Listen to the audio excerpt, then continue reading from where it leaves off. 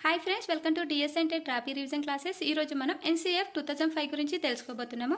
మరి ఈ ఎన్సీఎఫ్ 2005 అంటే ఏంటి, ఎవరు దీన్ని రూపకల్పన చేశారో గురించి కూడా ఎక్స్ప్లెయిన్ చేసుకుందాము. దేశవ్యాప్తంగా పాఠ్య ప్రణాళికను సులభతరం చేయాలనే ఉద్దేశంతో భారత ప్రభుత్వం 2005లో ఎన్సీఎఫ్ని రూపకల్పన చేసింది. ఈ ఎన్సీఎఫ్ని రూపకల్పన బాధ్యతలు ఎవరికి అప్పచెప్పారంటే ఎన్సీఆర్టీకి అప్పచెప్పారు. మరి ఎన్సీఆర్టీ అంటే ఏంటి? National council for education research and training. ఇది ఢిల్లీలో ఉంటుంది. 2004 జూలైలో డాక్టర్ యశ్పాల్ అధ్యక్షన 34 సభ్యులతో ఒక కమిటీ నియమించిందండి. ఈ కమిటీ తన నివేదికను 2005లో ప్రభుత్వానికి సమర్పించింది. 2005లో మరి ఈ నివేదికను ఎవరు ఆమోదించారు? కేబ్ 2005 సెప్టెంబర్లో ఆమోదించింది. కేబ్ అంటే ఏంటి? Central advisory board of education. Yashpal అధ్యక్షన 34 సభ్యులతో ఒక కమిటీ నియమించింది కదా ఎన్సీఆర్టీ. ఆ నివేదికను కేబ్కి అప్పగించింది. ఇప్పుడు మనము ఎన్సీఎఫ్ సంబంధించి కొన్ని క్వశ్చన్స్ ఎక్స్ప్లెయిన్ చేసుకుందాము. ఫస్ట్ క్వశ్చన్, విద్యకు రాజ్యాంగ హక్కు కల్పించాలని పేర్కొన్నది ఎవరు? విద్యకు రాజ్యాంగ హక్కు కల్పించాలని పేర్కొన్నది ఎవరు? Options NCF, Kothari, Yashpal committee లేదా పై వారందరూ. ఆన్సర్ ఏమనుకుంటారో ఒకసారి కామెంట్ బాక్స్లో తెలియజేయండి. ఆన్సర్ ఏంటంటే యశ్పాల్ కమిటీ అండి. యశ్పాల్ కమిటీ రాజ్యాంగ హక్కు కల్పించాలని పేర్కొంది విద్యకు. ఎందుకంటే యశ్పాల్ కమిటీ ప్రాథమిక విద్య అనేది ప్రాథమిక హక్కు అని తెలియజేశారు. మళ్ళీ పాఠశాలలో సులభంగా ఉండాలని, మాతృభాష బోధన జరగాలని చెప్పారు. మళ్ళీ తరగతి గదిలోని జ్ఞానం నిజ జీవితానికి ఉపయోగపడేలా ఉండాలి. అంటే మనము డైలీ లైఫ్లో యూజ్ అయ్యేటట్టు ఉండాలి, మనం ఏది నేర్చుకున్నాం ఆ విధంగా చెప్పారు. మళ్ళీ ఎగ్జామ్స్ అనేది సరళీకృతం చేయాలి, ఈజీగా ఉండాలి, హార్డ్ ఉండొద్దు అని చెప్పారు. లెర్నింగ్ వితౌట్ బర్డెన్ అంటే శ్రమ లేని అభ్యాసం జరగాలి, భారం లేని విద్య జరగాలి అని చెప్పారు. ఎవరు? యశ్పాల్ కమిటీ. అందుకే విద్యకు రాజ్యాంగ హక్కు కల్పించాలని పేర్కొన్నది ఎవరు? Yashpal committee. Second question, NCF ఎలాంటి అభ్యసనాన్ని ప్రోత్సహిస్తుంది? ఎన్సీఎఫ్ ఎలాంటి అభ్యసనాన్ని ప్రోత్సహిస్తుంది? ఫస్ట్ వన్ అంతర్దృష్టి అభ్యసనం, సెకండ్ విషయాధారిత అభ్యసనం, థర్డ్ నిర్మాణాత్మక అభ్యసనం, ఫోర్త్ కార్యసాధక అభ్యసనం. మరి ఎన్సీఎఫ్ ఎలాంటి అభ్యసనాన్ని ప్రోత్సహిస్తుంది? ఫస్ట్ ఆప్షన్ అంతర్దృష్టి అభ్యసనం. అంతర్దృష్టి అభ్యసనం అంటే ఏంటి? అంతర్దృష్టి అభ్యసనాన్ని ఎవరు ప్రతిపాదించారు? కోహ్లే ప్రతిపాదించాడు. దీని అర్థం ఏంటిది?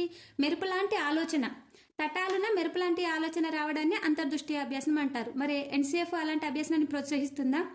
నెక్స్ట్ విషయాధారిత అభ్యసనం. విషయాధారిత అంటే కంటెంట్, విషయాన్ని అర్థం చేసుకొని బోధించడం, దాన్ని విషయాధారిత అభ్యాసం అంటాం.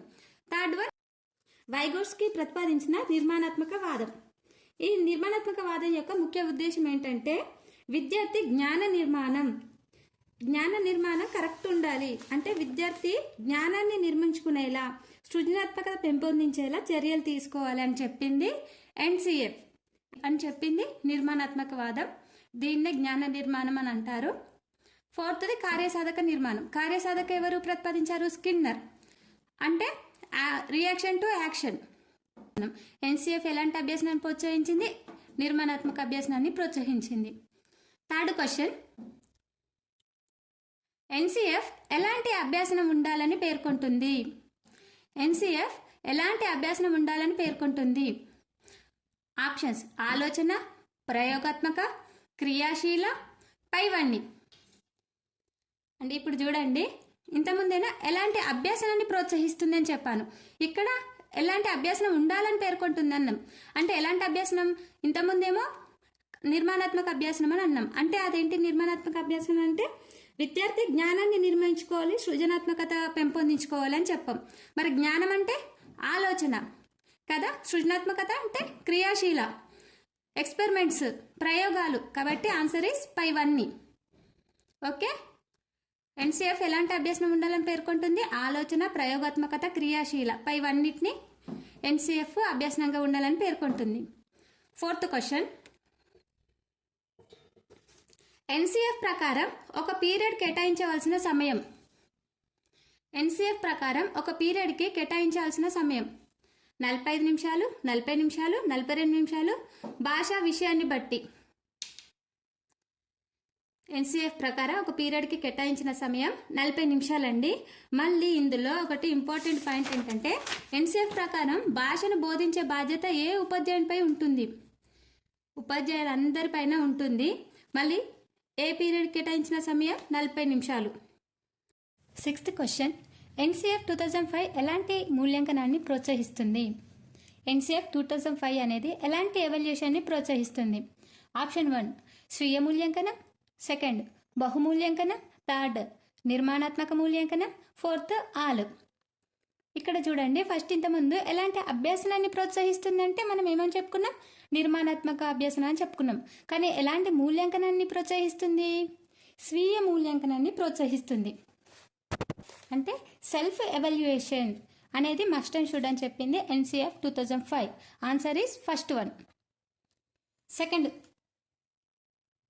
సెవెంత్ క్వశ్చన్, పాఠశాల అంటే శిక్షించే సంస్థగా విద్యార్థి భావించరాదు అని పేర్కొన్నది ఎవరు? పాఠశాల అంటే శిక్షించే సంస్థగా విద్యార్థి భావించరాదు అని పేర్కొన్నది ఎవరు? Options RTE, NCF, Kothari, Yashpal committee. Answer is NCF, national curriculum framework.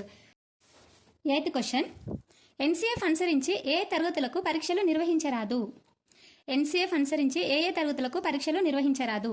Options first class and fifth class, second first and second class, third option second and third class, fourth option second and fifth class. Answer is second, first and second class వాళ్ళకి పరీక్షలు అనేటివి నిర్వహించరాదు. అది NCF ప్రకారం. Question, సమాజంలోని విభిన్న కోణాలను ఈ శాస్త్ర ప్రగతిలో సృష్టిస్తాయి అని ఎన్సీఎఫ్ 2005 పేర్కొన్నది. అంటే సమాజంలో విభిన్న కోణాలను, వివిధ అంశాలను ఈ శాస్త్ర ప్రగతిలో సృష్టిస్తాయి, పుడతాయి అని ఎన్సీఎఫ్ 2005 పేర్కొన్నది ఏంటి? ఆప్షన్స్ సాంఘిక అధ్యయనం, పని విద్య, విలువల విద్య, శాంతి విద్య. వేటి ద్వారా సమాజంలో విభిన్న అంశాలు సృష్టిస్తాయి? ఆన్సర్ ఈస్ సాంఘిక అధ్యయనం. 10th క్వశ్చన్, శాంతి విద్యలో భాగంగా విద్యార్థులకు ఈ క్రింది ఎవరి బోధనలు, సూత్రాలు బోధించాలి? ఇంపార్టెంట్ క్వశ్చన్ అండి. శాంతి విద్యలో భాగంగా విద్యార్థులకు ఈ క్రింది వారిలో ఎవరి బోధనలు, సూత్రాలు బోధించాలి? ఆప్షన్స్ ఫస్ట్ వన్ బుద్ధుడు, second option Gandhi Vivekananda, third option బుద్ధుడు గాంధీ, ఫోర్త్ ఆప్షన్ గాంధీ కబీర్.